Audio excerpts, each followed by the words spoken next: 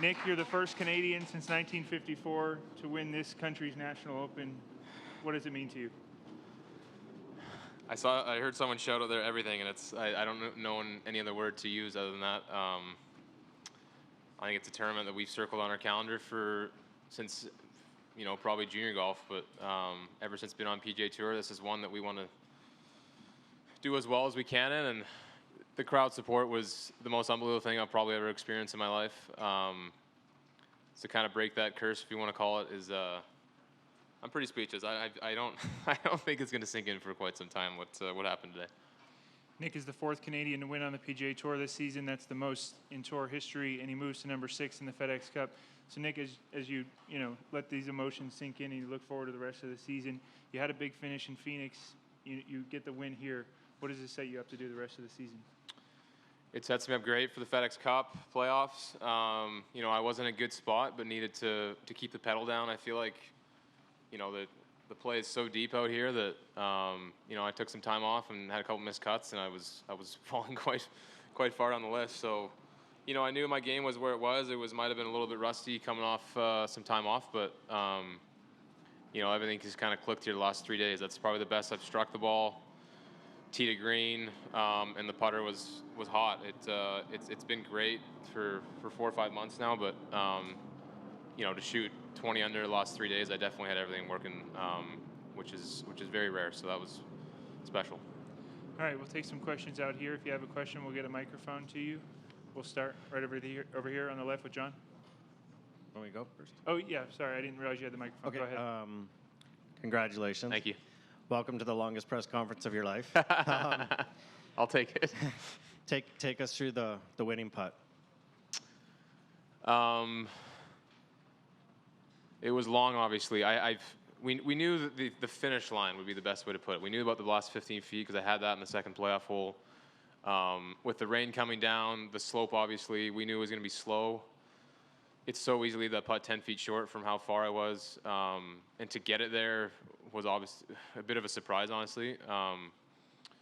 But I felt since we learned a bit from that second putt that we knew generally what it was going to do. There's a lot of luck for that to go in the hole. The speed is all I was looking about. Tommy probably had about 12 feet, and I expected him to make it almost like the first playoff hole. So I was trying to get as close as I could to essentially know that he had to make or miss to keep going.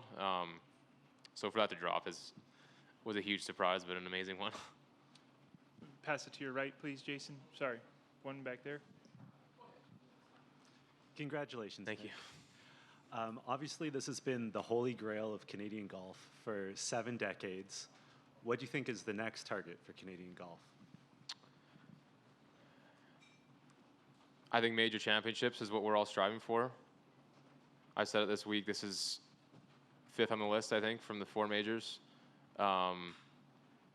With Mike Weir having the Masters 20 years ago, Corey's played unbelievable the last 2 or 3 years in a lot of major championships. He's been inspiring to play well at the top of the best fields out here. And that's the next step,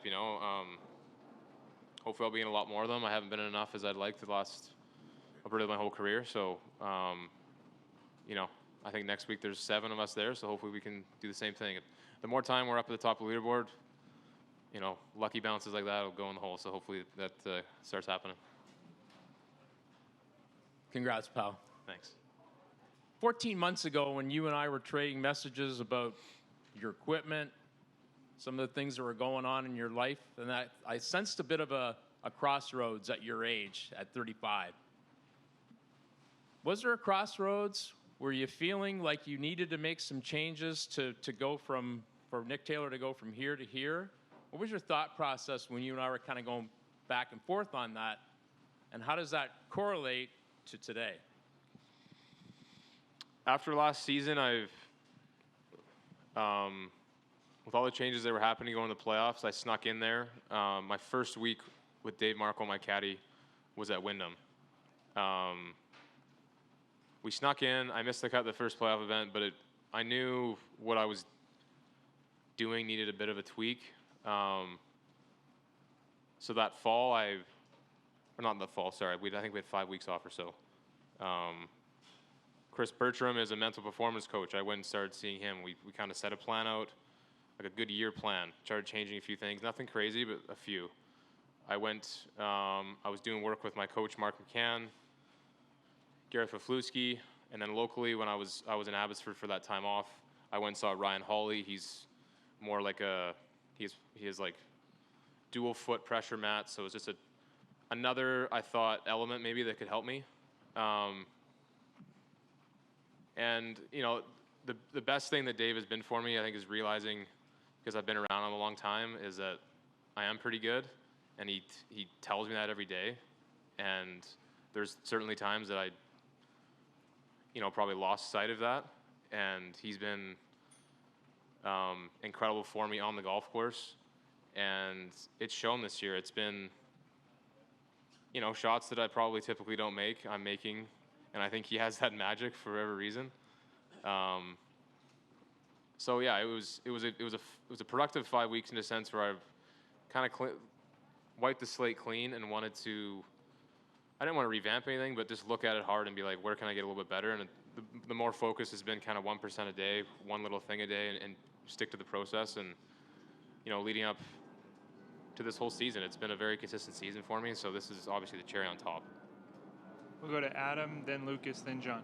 Nick, congratulations. It's Thank you. obviously super early, but have you allowed yourself to realize maybe the trickle-down inspiration that this win might have for another generation of Canadian golfers?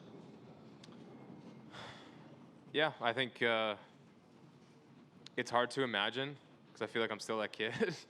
But, you know, I go to a handful of golf courses when I'm back in Abbotsford in the summers, and it's great to see junior players and, you know who I am, say they're big fans, playing golf. So I know this will only help that generation. You know, I look up to Mike Weir, and if kids say the same thing about me, that's the biggest compliment I probably could ever get. But we're all trying to do that out here. We're trying to inspire the next generation to be as good as we can be. And I assume you and Andy spoke already. How was that conversation with your family back home? There were some tears. There was, you know, I got to say hi to Charlie, and he was probably shocked when what the hell was going on. I made a big shot, though. That's what he said. So, yeah, it was a quick call to say hi, but I'll be talking to him later, obviously. Lucas? Hey, Nick, congratulations. What did it mean to have Adam, Corey, and Mike there on the green, not only at the 72nd hole, but then to join in the celebration when you won the Canadian Open? It means everything. You know, I feel like we all support each other so much. If I'm to stick around, you know, I think all of us have said it this week. If us individually weren't the people to win, we really want another Canadian to do it and break this long drought. So to have them there, it's amazing. You know, I've looked up to Mike Weir and watched him play golf for so long, and for him to be there is special. Same with Adam and Corey and kind of all the guys. John? Hey, Nick, congratulations. Thank you. You have such a stoic demeanor on the golf course, but I'm wondering what it was like inside that head, and was there any moments during the playoff where it sort of either wandered to victory and what that looked like? Oh, it wanders plenty. You know, I try to draw back on experiences, and luckily I've had quite a few this year where they're relatively fresh of that situation, and try to just focus on what I was doing. My confidence probably has never been this high, especially the last 3 days of the shots I was hitting consistently, the rhythm that I had out there, and you know, I was seeing the lines really well with Dave, so it was just one of those things. I felt like the rain coming down, and I felt like the fans are really pulling us to the finish line, really trying to keep the energy up, because it was obviously a long day, and each playoff hole can go. You can lose focus for a split second, and you might lose it right there. And you know, I got a fortunate lie probably on the third or second or third playoff hole when I hit it through in the rough there, and you know, luckily Tommy didn't make birdie, but there was lots of wonders, I guess, lots of thoughts wandering. You talked a bit about the technical changes you made. A month ago, you were saying that you had a habit for sort of searching for answers, and you got rid of that. And how did you do that? And have you sort of tried to find the player that you were when you were world #1 amateur? And has Dave helped with that? He certainly has. You know, I think that's been, again, a point of focus, especially starting in January, of okay, we know what kind of makes me tick with my certain drills. And even, I missed the cut at the PGA and Colonial, and I hit it pretty nice. Didn't make a whole lot of putts, especially at Colonial. I got a talking to probably from a few people, but, I think I was putting too much pressure on myself, so my attitude out on the golf course, was reflecting the bad scores. And, I was coming this week wanting to be positive, wanting to be, acceptance, work on that. And the first day, just wasn't great at it again after a few tough holes on that back nine. And, to be where I was in the 7th hole, I remember the first day, my 16th hole with 10 feet for par, and made that, and birdied 8 and parred the last to kind of like somewhat be in the cut site. So to be standing there and then sitting here today is pretty remarkable, to be honest. Go 2 on the left here. Mike Weir was saying that, this is a different tournament to win. It's different than any other golf tournament for a Canadian. Like, how did you feel about that when you were out there? Did it feel different than any other tournament you've played? Yes, that's the short answer. I was getting ovations on every tee box and every green. That was incredible. I felt like that spurred us onto that back nine. I didn't look at a leaderboard. I had a sense of what was going on. I thought that the front was playing a little tougher than yesterday, and I played that 9 incredible this week. I don't really know why. But I had a sense of where I was, with just the energy. And then after 16, when I bogeyed, I kind of wanted to know what was going on. So to see it there, I knew I needed a birdie to tie Terrell at the top there. And, to make those 2 putts in the last 2 holes, it was huge. Pretty fortunate that Tommy wasn't able to birdie 18, and then again in the playoffs. So, yeah, it's pretty crazy. In the chaos of the celebration, did you notice what happened to your old pal Hadwin? Corner of my eye, saw he got a nice tackle there. I hope he's all right. I saw he was upright when I saw him later, so I hope he doesn't wake up tomorrow morning with any broken ribs or anything. He was saying he was hoping he sprayed you with some champagne. Did he get any on you? My hat stinks, so yeah, I think it did. You're good? Okay. We'll go over here in the 3rd row on the right. Hey, Nick. Hey. Congratulations. Thank you. You mentioned looking up to Mike Weir earlier. What effect has he had on your career, maybe even with the waggle and everything? At the age I was at, I think I was 15, almost 15 when he won the Masters in 2003. That was right when I was dropping pretty much every other sport and focusing on golf. And to have Mike win that tournament, I think really made everyone believe that we could do it, coming from a country like we do, where golf isn't ideal for. It wasn't quite half the year where I grew up, but 3-4 months you're not really touching a club, and it's inspirational, and he's been a big part of a lot of us. I can't not mention Stephen Ames. He was great to me when I first started playing out here, and in some of the U.S. Opens when I was an amateur. And even over from that, Graham Dillette, David Hearn, guys when I came out here were great influences on me. So I feel like we're kind of a brotherhood out here, and everyone's kind of pushed each other along, and now we have so many guys out here. It's phenomenal. One in the front right here. Nick, congratulations. An achievement such as this deserves to be celebrated. How might you celebrate, and with whom? I don't know the answer to that first question. My brother, my caddy's here. We have some family. Unfortunately, my wife and kids are back home, and my parents, but we'll be together. That's all that matters, I was lucky to win 2 other times other than this, and I think I did laundry the one time and maybe had pizza the other time, so hopefully we'll up that here. Got one towards the back there. Hey, Nick, congratulations on winning. Thank you. Just wanted to ask you, what did it mean to have the whole fans on every single hole, and especially during the playoffs on 18 and 9? What did that mean to you, just know that not only the whole nation behind you, but everyone here at the golf course as a whole? It was the most incredible atmosphere I've ever been a part of, and it's not even close. I think even, walking to the first tee today, walking to the first green, there's ovations on every single tee and green.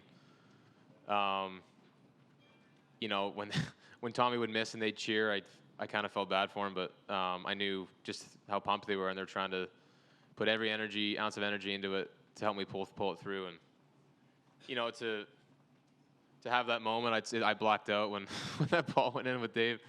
So I'm curious to watch what we did. I don't even remember what we did, but that was an incredible moment. Another one towards the back on the right. Congrats, Nick. Thank Just you. wanted to ask you, when did you agree to do the walk and talk? Yesterday. Okay, So you I did, was told, your boy Jack here, texted me last night, and I was like, yeah, I'm fine doing that. I feel like I don't think it got me off my game. I felt like it was a cool thing to do. I think it's a cool idea they started, and kind of doing it every week. I think you said it was supposed to be yesterday, but something kind of got sidetracked. Anyway. kudos for sticking with it, man. Yeah. You know, it again, it was a small chat going up to the ball and then Yeah. to the green. So, you know, it all turned out good in the end, I guess. Love it. Congrats, bud. Thanks. Jason over here on the left. Nick, this win is going to transcend golf in this country, and it's likely to go down as one of those where you win moments, like a Sidney Crosby golden goal or a Joe Carter home run. And I'm just wondering how it makes you feel to know people are going to be having that conversation about something you did.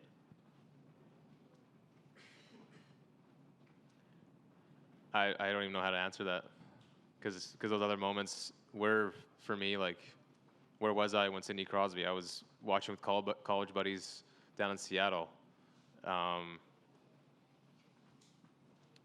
That's a really hard question to answer, because it's to think that I'm the person that people are thinking about is kind of breathtaking. So yeah, I think it'll take time to realize kind of what's just happened. But yeah, it's a hard one to answer.